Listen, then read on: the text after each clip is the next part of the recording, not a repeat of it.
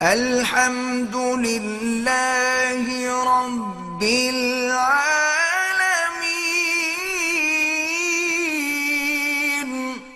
میرا بھانجا ہے، اس کے اوساخ کمزوری سے چل، اس کو بھی یہی پانی پڑھ کے فاتحہ پڑھ کے پلایا کریں۔ عورت کے لیے غیر مرد کی میت کا منہ دیکھنا جائز نہیں ہے۔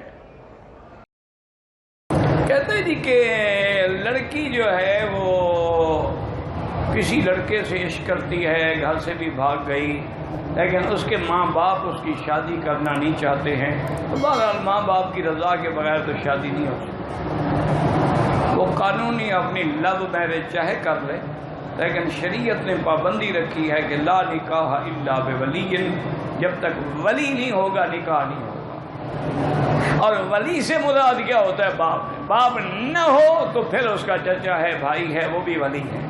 اچھا، ایک علماء نے لکھا ہے کہ مثلاً کسی کے والدین بالکل ضد کر گئے، لڑکی کی شادی نہیں کرنی چاہتے، لڑکی بالغ ہو گئی ہے، عاقل ہو گئی، تو قاضی کو درخواست دے گی، تو قاضی بھی ولی بن کے اس کا نکاح کر دے گا۔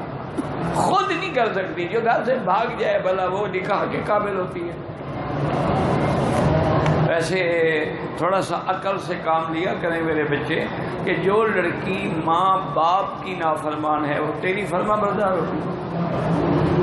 اگر وہ ماں باپ کے گھر سے بھاگ کے تیرے عشق میں آ گئی ہے نا، انشاءاللہ کسی اور کے عشق میں تیرے گھر سے بھی بھاگ جائے گی تو بھائی رنگ دکھلائے گی۔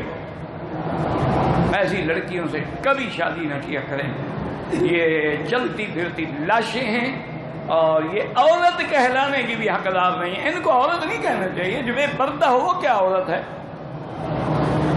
جو انگلش لباس پہنتی ہو، رات کو نائٹی میں پھرتی ہو، وہ کہاں کی عورت ہے؟ عورت کا معنی وہ جس کو چھپایا جائے، تو یہ تو عورت ہے ہی نہیں۔ اس کو اور جو مرضی ہے نام دے، عورت نہیں ہے کم از کم۔